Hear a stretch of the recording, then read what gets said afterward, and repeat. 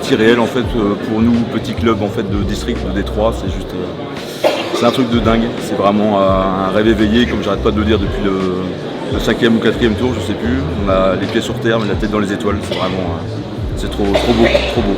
Qu'est-ce qu'on peut attendre? Ce qui serait vraiment chouette, c'est de prendre une grosse équipe de Ligue 2 ou autrement de tirer donc les herbiers et de jouer contre eux. Ce serait vraiment la fête du foot vendéen, ce serait juste magnifique. C'est un morceau d'histoire, un morceau de notre patrimoine français que l'on honore aujourd'hui avec le tirage au sort de la Coupe de France édition 2024-2025.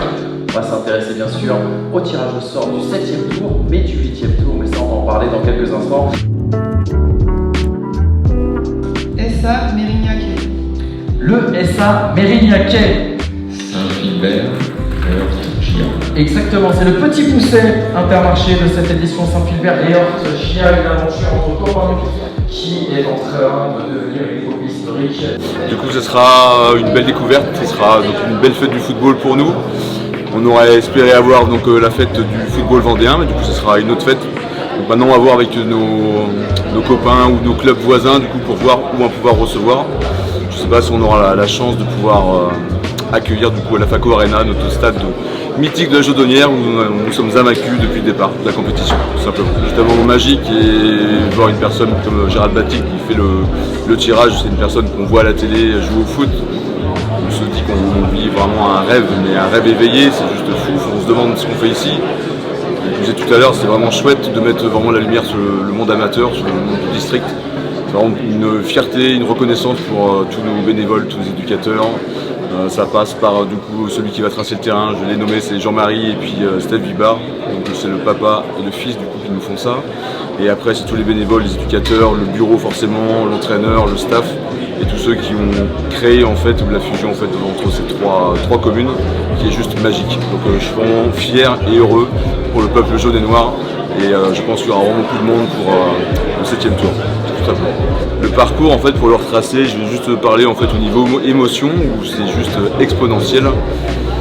Je pensais pas qu'en fait on allait vivre en fait des moments comme ça, c'est vraiment la coupe de tous les possibles. Je trouvais le slogan un petit peu bateau et en fait c'est vraiment la coupe de tous les possibles avec des émotions juste irréelles et juste inexplicables.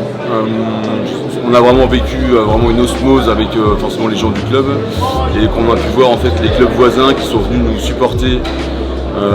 Dimanche c'est juste chouette, on est juste adversaires en championnat et en coupe, tout le monde est derrière nous donc c'est vraiment c'est magique, c'est vraiment magique.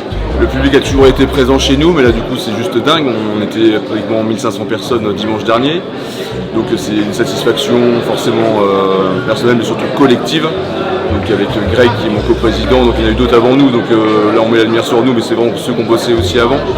Où les nuits sont compliquées parce que du coup on est énervé comme des enfants, on se croit comme à Noël. Qu'est-ce qu'on peut souhaiter si on se projette, c'est juste simplement de continuer à vivre le moment présent, que ce soit vraiment donc, une cohésion et puis vraiment un moment de partage avec tous ceux du club et tous ceux qui viennent nous voir tout simplement.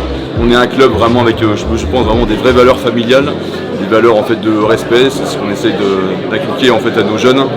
Et le fait d'avoir nos jeunes le dimanche en train de donner la main aux joueurs pour l'entrée sur le stade, ils auront des étoiles dans leurs yeux comme nous en fait, on est des petits enfants aussi, on est vraiment très heureux, très heureux.